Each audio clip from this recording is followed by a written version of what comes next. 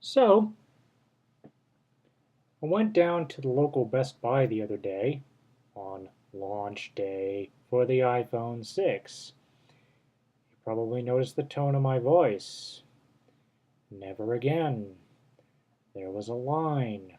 I didn't even realize it until I ended up in the middle of that line trying to get to the other side of the store.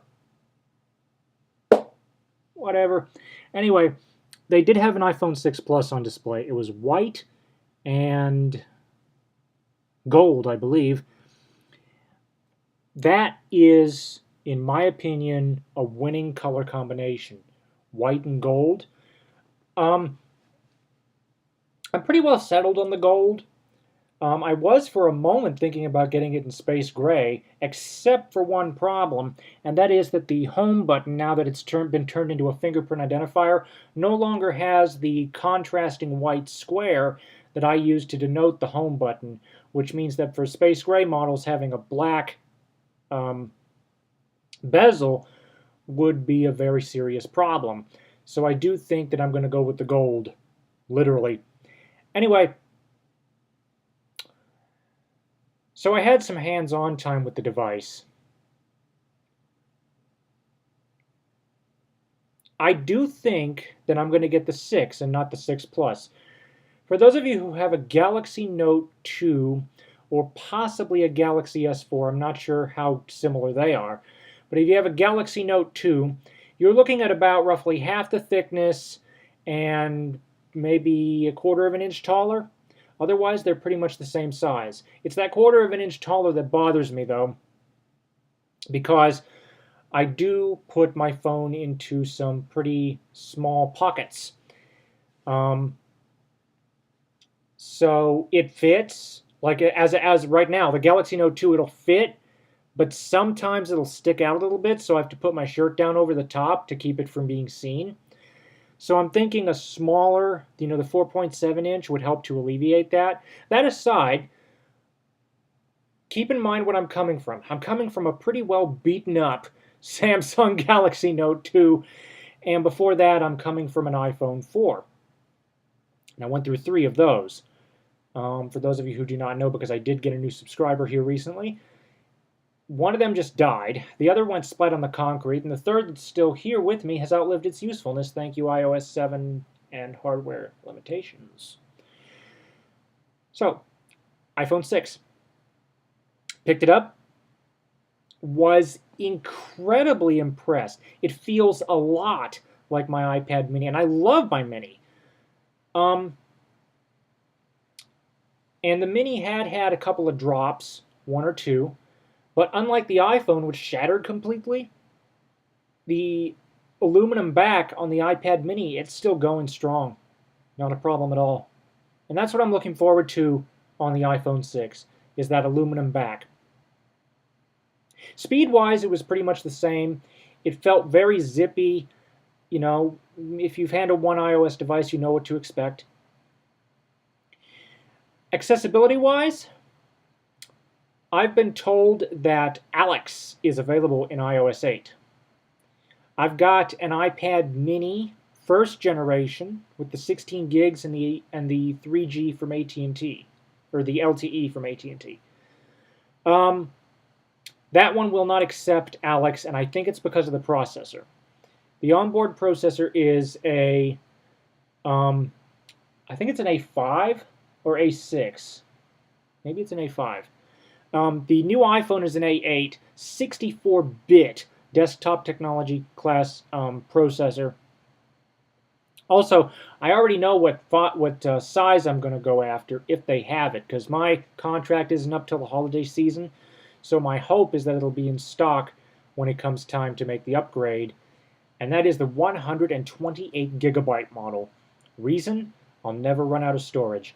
With 128 gigs of onboard storage plus iCloud drive, it's going to be super easy because I've got a pretty good sized music library. Well, at least to me it's good size. It's around 8 gigabytes.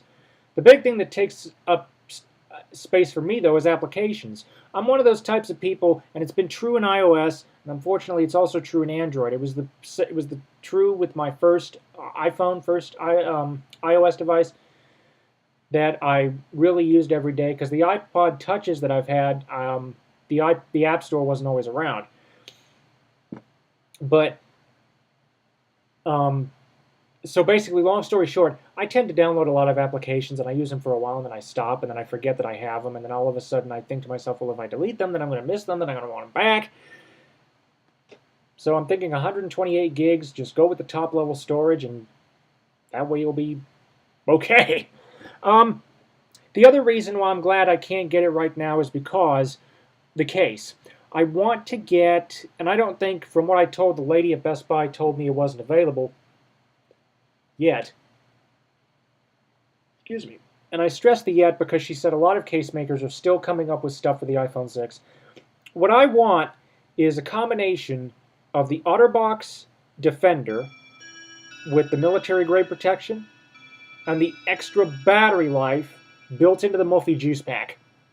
Basically 2-in-1 arrangement. But no, I honestly think that the iPhone 6, Apple, you guys, you have a real winner here on your hands, especially with the 128 gigs and Apple Pay. I found out, I got an email from my bank recently that that I am eligible to use Apple Pay. So I'm extremely interested in seeing how that works. There are just a lot of things to like about the iPhone 6. The other thing that I love, and I got to try this now, there's a lot of confusion, so I want to clear something up. For those of you who are not sure, there is the, I don't know what they call it, hand down, something or other. I don't remember the name of it, but it's a feature where they say double press the home button. That is incorrect. You double tap the fingerprint ID sensor. What's going to happen then is the top half of the screen, even on the 4.7-inch model, will come down to the bottom. Now, voiceover users, this will also happen with you. What's going to happen is you will hear a swoosh. And when you hear that swoosh, then the top of the screen has come down to the bottom. That's going to be perfect for people who are especially have the iPhone 6 Plus. And I would recommend for people who are blind, get the iPhone 6 Plus. And the reason for that is because there's optical image stabilization, which is going to really work wonders for OCR programs that help translate printed text into speech or Braille. But me personally, I'm going after the iPhone 6 white and gold. And I say white and gold because of the white front. If you ask me if they wanted to call it gold, they should have made the whole thing gold. But no, white and gold, 128 gig. After having had some hands-on time, love it, love it, love it.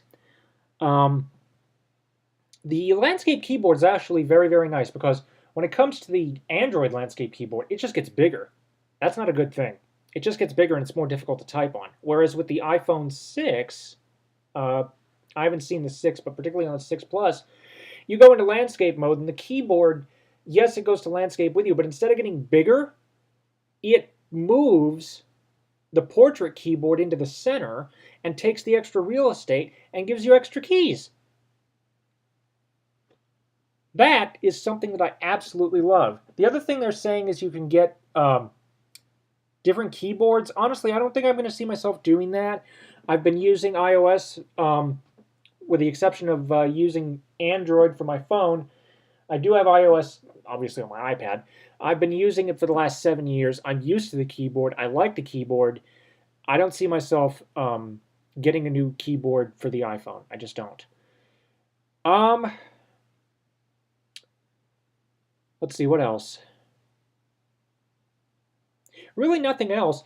Alex is I don't know if I mentioned this in the beginning. If not, I will. Otherwise, just to recap, for those of you who are voiceover users, Alex does work on the iPhone 6 and 6 Plus, and it has to do with the processor. I think it'll probably also work on the iPad Air, but it will not an iPad Mini Retina display. But anything below that, you will not be able to use Alex. And Alex is an 862 megabyte download. If you want to go into a store and test Alex out for yourself, if you're not a Mac user, let me turn VoiceOver on and I'll let you hear what Alex sounds like. Voiceover on. Safari. Apple. iPhone 6 window. Apple. iPhone 6 HTML content has keyboard focus. Voiceover off. Okay, so that's Alex. For those of you who are not Mac users, if you are, you're already familiar with him. But if you do want to try Alex out on the iPhone, I would recommend going down to an Apple store and talking to them about it first, because I tried to download Alex. It's an 862 megabyte download in Best Buy. Now, the data connection there is absolute rubbish, at least for their demo units. I don't know if it's because of firewalls or what they do. I don't know what they do. So I tried to download Alex, and it's 862 megs. It stopped at 11 megs and just completely bye-bye. So no, if you want to try Alex before you buy, I would highly recommend going into an Apple store. Don't go into Best Buy. Maybe a Verizon store as well, if they could get you maybe one of the units they have in stock for you to try it out. Or AT&T, T-Mobile, or Sprint. And try it from there. But I honestly cannot wait for the iPhone 6. I think I have made up my mind on the next smartphone. It is going to be an iPhone 6 Gold. There is one other thing that I am curious about the iPhone 6, though. And that is, yes, it's on AT&T. Cricket owns AT&T. So I'm wondering when the iPhone 6 will be available on Cricket, because I happen to have a few friends on Cricket. Anyway, the takeaway from this, iPhone 6, huge improvement over the iPhone 5S. And if you have an iPhone 4 or below, what are you waiting for? The second your contract is up, I'm serious. Get it. What do you guys think? Thank you for watching. Comments are welcome, and have a nice day.